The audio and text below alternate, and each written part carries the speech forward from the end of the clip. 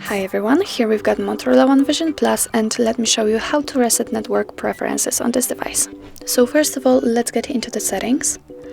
Then let's scroll down to the very bottom and choose System, and let's tap on Advanced. As you can see here, we've got reset options, so simply tap on it. And here we've got reset Wi-Fi, mobile and Bluetooth, so simply tap on it.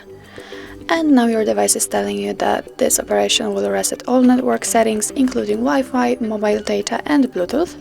If you are ready, let's click on Reset Settings. If you've got a PIN or pattern, simply enter it in order to confirm.